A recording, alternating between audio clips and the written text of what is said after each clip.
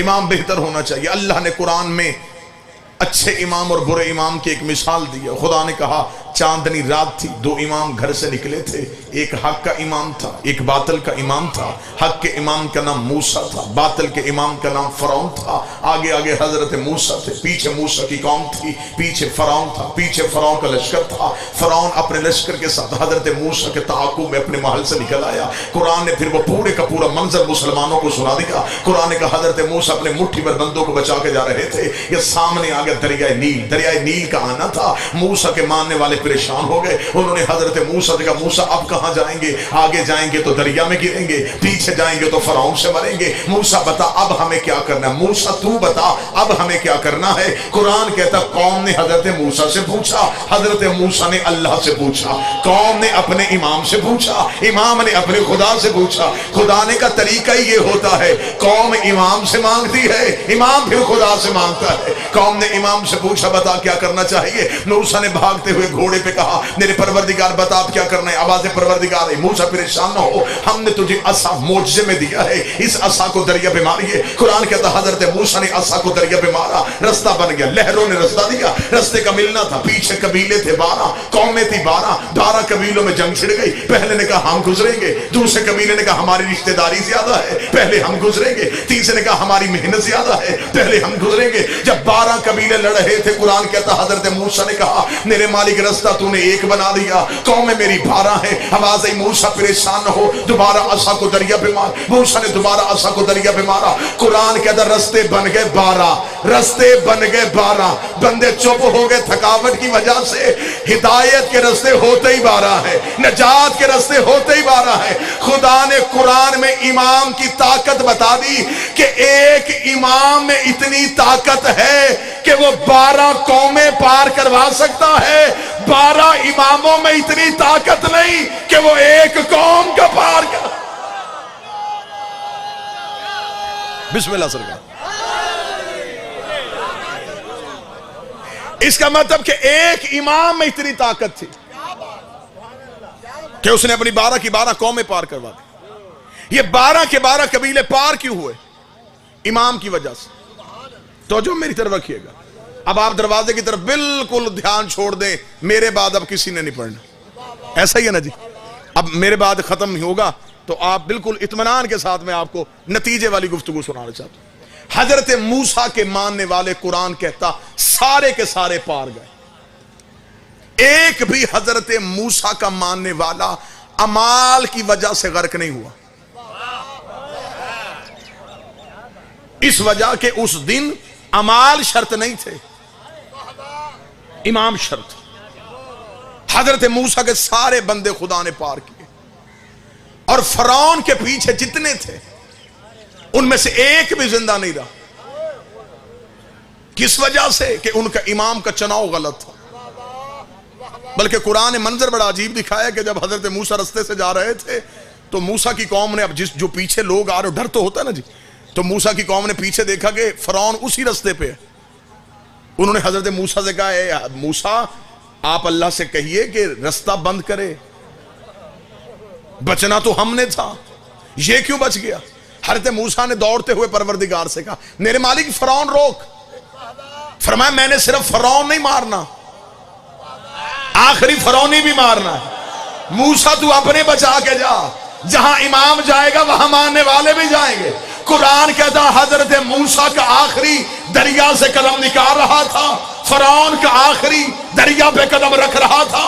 خدا کہتا اس دن میں نے ملک الموت سے یہ نہیں کہا اسے مار دے، اسے بچا دے، اسے زندہ رکھ، اسے موت دے دے۔ خدا کہتا اس دن میں نے نیل کی لہروں پہ وحی کی تھی، موسیٰ والوں کو چھیڑنا نہیں ہے، فرعون والوں کو چھوڑنا نہیں ہے۔ اگر وہی پانی پہ ہو سکتی ہے تو وہی جہنم کی آگ پہ ہوگی۔ علی والوں کو چھیڑنا نہیں، علی کے دشمن کو چھوڑنا۔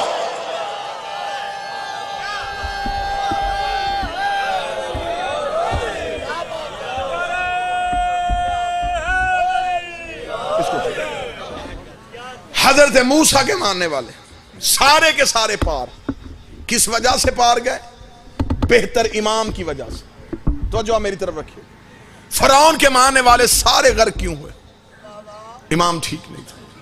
بلکہ خان صاحب جملہ سنیے گا کہ قرآن کہتا کہ جب حضرت موسیٰ دریا سے باہر آئے تو حضرت موسیٰ نے جو اپنے ماننے والے کی تعداد تھی، کیونکہ مٹھی بھر تو بندے تھے حضرت موسیٰ کے ساتھ، زیادہ لوگ تو تھے نہیں، حضرت موسیٰ نے لوگوں کی تعداد گننی شروع کی کہ جتنے میں لے کے آیا تھا وہ سارے بچے۔ جب تعداد گننی شروع ہوئی تو ایک بندہ زیادہ، فرعون کے پیچھے لشکر لمبا تھا، حضرت موسیٰ کے لوگ بڑے متعین سے تھے، لیکن ان میں سے تعداد میں ایک فرد کا اضافہ تھا۔ جب ایک فرد کا اضافہ ہوا تو حضرت موسیٰ نے کہا یہ ایک فرد کا اضافہ کیوں ہوا؟ اب حضرت موسیٰ وہ بندہ ڈھونڈ رہے ہیں جو چلا میرے پیچھے نہیں تھا لیکن آ گیا۔ پھر میں علم حضرت عباس پہ کر رہا ہوں، قرآن ممبر پہ لائیے گا کہ جب حضرت موسیٰ نے دیکھنا شروع کیا تو سامری جادوگر یہ پار آ گیا تھا حضرت موسیٰ کے پیچھے۔ یہ سامری جادوگر کون تھا؟ میں اپنے نوجوانوں کے لیے جملہ کہوں، یہ وہ جادوگر تھا جس نے سب سے پہلے فرعون کو سجدہ کروایا تھا، کیونکہ فرعون جو تھا وہ خود جادوگر نہیں تھا، فرعون تو بادشاہ تھا، فرعون کے دربار کا جادوگر تھا یہ سامری۔ یہ جادو کرتا تھا، قوم کو مجبور کرتا تھا فرعون کو سجدہ کرنے میں، یعنی کہ اس کے جادو کے ڈر کی وجہ سے لوگ فرعون کو سجدہ کرتے تھے، یعنی کہ جس کی وجہ سے فرعون کو سجدہ ہوتا تھا وہ پار آ گیا، اور جس کو سجدہ ہوتا تھا وہ غرق ہو گیا۔ اب حضرت موسیٰ نے جب دیکھا کہ سامری بھی پار آ گیا، حضرت موسیٰ نے سامری سے پوچھا سامری تو یہاں کیسے پہنچا؟ نبی بھی تھے، جانتے بھی تھے، اب اقرار کروانا تھا کہ زمانے کو پتا چلے تاکہ اللہ قرآن میں یہ لفظ لکھ دے۔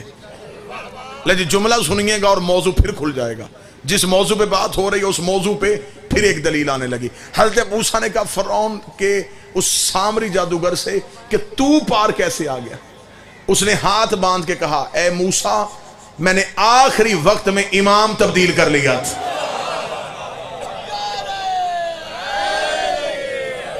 آپ خاموش بیٹھے ہیں، مجھے تب سے یقین آیا ہے کہ حر کا ایک رات میں مقدر کیسے پلٹ گیا تھا، صرف امام برحق کی وجہ سے۔ حضرت موسیٰ نے کہا تو پار کیسے آ گیا؟ اس نے کہا اس لیے کہ میں نے امام تبدیل کر لیا۔ موسیٰ نے کہا کیوں امام تبدیل کیا تو؟ چلا تو گھر سے فرعون کے پیچھے تھا، تو بتا معجزہ ظاہر ہونے سے پہلے میرے پیچھے آیا تھا یا بعد میں؟ اور یہ بھی بات ہے کہ اگر وہ دریا میں رستہ بننے کے بعد آتا تو دریا نے رستہ نہیں دینا تھا، کیوں دیکھ کے آیا تو کیا آیا؟ حضرت موسیٰ نے کہا تو کیسے بچا؟ اس نے جو جملہ کہا، جملہ وہ بھی بڑا اچھا ہے، اس نے کہا اے حضرت موسیٰ میں موجے سے پہلے تیرے پیچھے آ گیا تھا۔ موسیٰ نے کہا جب موجہ ظاہر ہی نہیں ہوا تو پھر تو نے میری نبوت کو ماننا کیسے؟ تیرے سامنے میں اعلان نبوت کرتا رہا، تو نے نہیں مانا۔ اس نے کہا اے موسیٰ رات کی تاریکی میں آپ جا رہے تھے دریا کی طرف، سامنے تھا دریا، میرے ذہن میں بار بار خیال آ رہا تھا کہ کیا موسیٰ کو نہیں پتا سامنے دریا ہے؟ لیکن موسیٰ پھر بھی جا رہا ہے۔ آپ کا جانا بتا رہا تھا کہ تیرے ساتھ کوئی ہے، تیرا اعتماد بتا رہا تھا کہ تو کسی کے سہارے اور کسی کے اعتماد پہ چل رہا ہے۔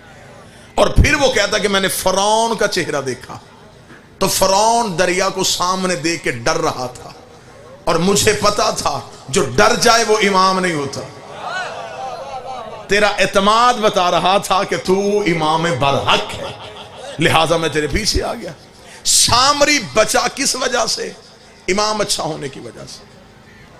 اور اگر یہ بات ذہنوں پہ گراں نہ گزرے تو یہ وہی سامری جادوگر ہے کہ جب حضرت موسیٰ 40 دن کے لیے طور پہ گئے تھے، اسی نے پیچھے سے بچڑے کو سجدہ کروایا تھا، یعنی کہ جسے بچایا تھا اسی نے پیچھے سے بچڑے کو سجدہ کروا دیا۔ جب قرآن کہتا حضرت موسیٰ واپس آئے تو حضرت موسیٰ جلال میں تھے، حضرت موسیٰ کا جلال دیکھنے والا تھا۔ حضرت موسیٰ نے کہا کہ جو لوگ میں نے مٹھی بھر مسلمان کیے تھے اسے برباد کیے سامری نے۔ قرآن کہتا کہ حضرت موسیٰ سامری کے دروازے پہ، سامری کے دروازے پہ آ کے حضرت موسیٰ نے کہا سامری مار تو میں تجھے دوں گا، لیکن پہلے تو بتا کہ وہ بچڑا کہاں جو تیرے کہنے پہ بولتا ہے؟ اسے سامنے لے کے آ۔ یہ گھر سے گیا اور جا کے اس نے وہ سونے کا بچڑا جو بنایا ہوا تھا اس نے لا کے حضرت موسیٰ کے سامنے رکھا۔ حضرت موسیٰ نے کہا اچھا وہ بچڑا ہے جسے تو سجدہ کرواتا ہے؟ کس وجہ سے کرواتا ہے؟ یہ بولتا ہے میرے سامنے اسے بلا، کیونکہ حضرت موسیٰ جانتے تھے کہ اگر یہ جادو سے بولتا ہے تو نبی کی آنکھوں کے سامنے جادو نہیں ہوتا۔ میری سمجھ میں آج تک یہ بھی نہیں آیا کہ چھوٹے نبی کے سامنے جادو نہیں ہوتا، تو بڑے نبی کی ذات میں جادو کیسے ہو سکتا؟ فرمایا میرے آنکھوں کے سامنے اسے بولا، اتنا کہنا تھا، یہ سامری نے اشارہ کیا۔ قرآن کہتا ہے کہ اس نے اشارہ کیا اور بچڑا بول پڑا۔ بچڑے کا بولنا تھا، حضرت موسیٰ پریشان ہوئے، انگشت بدندہ ہو کے حضرت موسیٰ نے پوچھا سامری بتا یہ تیرے کہنے پہ بولا کیسے؟ فما خطبکم یا سامری، سامری بتا یہ کیسے بولا؟ اتنا کہنا تھا، اس سامری نے جواب دیا، اس نے کہا حضرت موسیٰ اگر آپ پوچھنا چاہتے ہو تو پھر میں بتاؤں، جب رات کی تاریکی میں تو دریا میں رستہ بنا کے جا رہا تھا، اس نے کہا کیونکہ میں پیشے کے اعتبار سے جادوگر تھا، میرے ذہن میں خیال آیا یہ دریا نے موسیٰ کو رستہ کیسے دے دیا؟ اس نے کہا میں نے تیرے آگے ہو کے دیکھا تو تیرے آگے بھی گھوڑے پہ ایک جوان جا رہا تھا جو تجھے رستہ دکھا رہا تھا، جو تجھے رستہ دکھا رہا تھا۔ سامنے کہتا میں اس گھوڑے کے قریب گیا، اس گھوڑے پہ سوار شخصیت کو میں دیکھ نہ سکا، لیکن اتنا پتا وہ گھوڑا جہاں سے اپنے سوم اٹھاتا تھا بنجر زمین سے نور نکل رہا تھا۔ اس نے کہا میں نے رات کی تاریکی کا فائدہ اٹھا کے اس کے گھوڑے کے سم کے نیچے سے تھوڑی سی مٹی ہٹائی، اپنی جیب میں چھپائی، یہ وہی مٹی ہے جو میں نے جوہر حیات سمجھ کے اس بچڑے میں ڈالی۔ بچڑے نے بولنا شروع کر دیا۔ اب میں نے طالب علم بن کے شیعہ سنی علماء سے پوچھا ہمیں بتاؤ وہ حضرت موسیٰ کے آگے گھوڑے پہ سوار کون تھا؟ اہل تشیع نے کہا یہ وہی تھا جو نبیوں کا حاجت روا ہے، جو نبیوں کا مشکل کشا ہے۔ میرے اہل سنت بھائیوں نے کہا نہیں، یہ حضرت علی نہیں تھے، یہ جناب جبریل تھے جو حکم پروردگار کے ساتھ حضرت موسیٰ کو رستہ دکھا رہے تھے۔ چل میں سنی بھائیوں کی مان لیتا ہوں، یہ حضرت جبریل تھے۔ جبریل ہے کون؟ علی کے شاگرد، حسنین کے درزی، بطول کے نوکر، جس کے نوکر کے گھوڑے کے سم میں اتنی طاقت ہے، اس کے بیٹے کے علم میں کتنی